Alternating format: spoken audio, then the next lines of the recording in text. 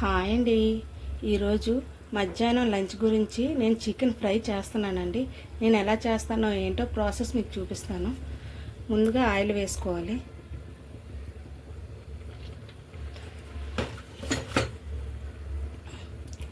Oil బాగా మరగాలండి. Oil మరిగిందండి. ఇప్పుడు onions cut చేసుకొని ఉంచుకున్నాను.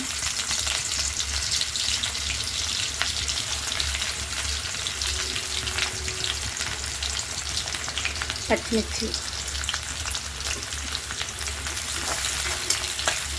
ఇవి బాగా ఎర్రగా వేగాలండి.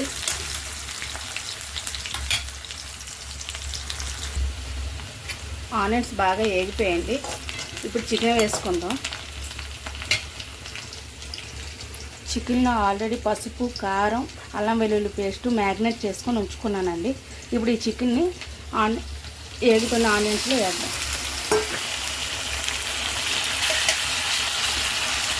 ఈజీగా అయిపోతుందండి చికెన్ ఫ్రై.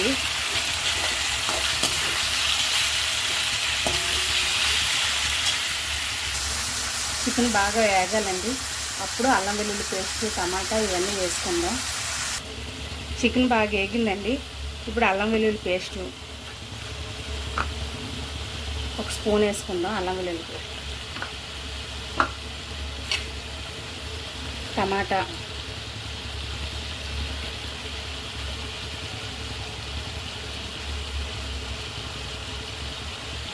కారం అండి ఒక స్పూనే వేస్తున్నాను. కారం ఆల్రెడీ మ్యాగ్నేట్ చేసేటప్పుడు కొంచెం లైట్గా వేసాను కారం.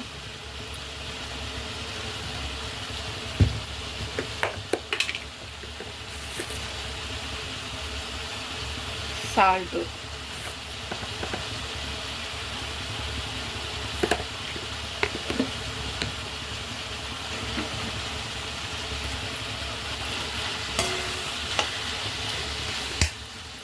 బాగా కలపాలి.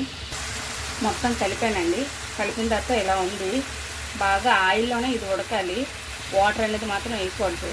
ఫ్రైలా అయిపోవాలండి. బాగా వేగిన తర్వాత మసాలాలు వేద్దాం.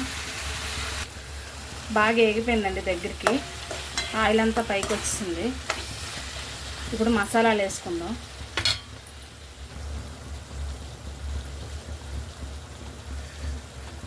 ఇవన్నీ గరం మసాలా వేసుకుందాం.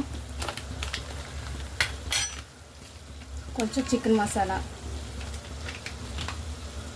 వేసుకొని బాగా కలుపుకొని కొంచెం సిమ్లో బాగా వేగాలండి. ఇంకా రోస్ట్గా వేగాలి.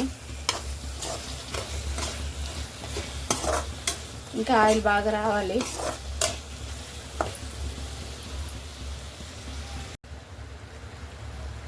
దగ్గరికి అయిపోయిందండి. కొత్తిమీర, కరివేపాకు వేసుకొని ఒక 5 మినిట్స్ వేగనిచ్చాక ఆఫ్ చేసేయడమేనే. కొత్తిమీర, కరివేపాకు వేసిన తర్వాత కలిపానండి.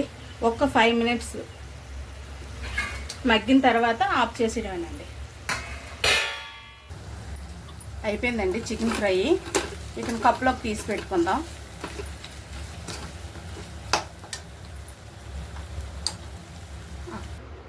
ఇదిగోండి బౌల్లోకి తీస్తాను చికెన్ ఫ్రై.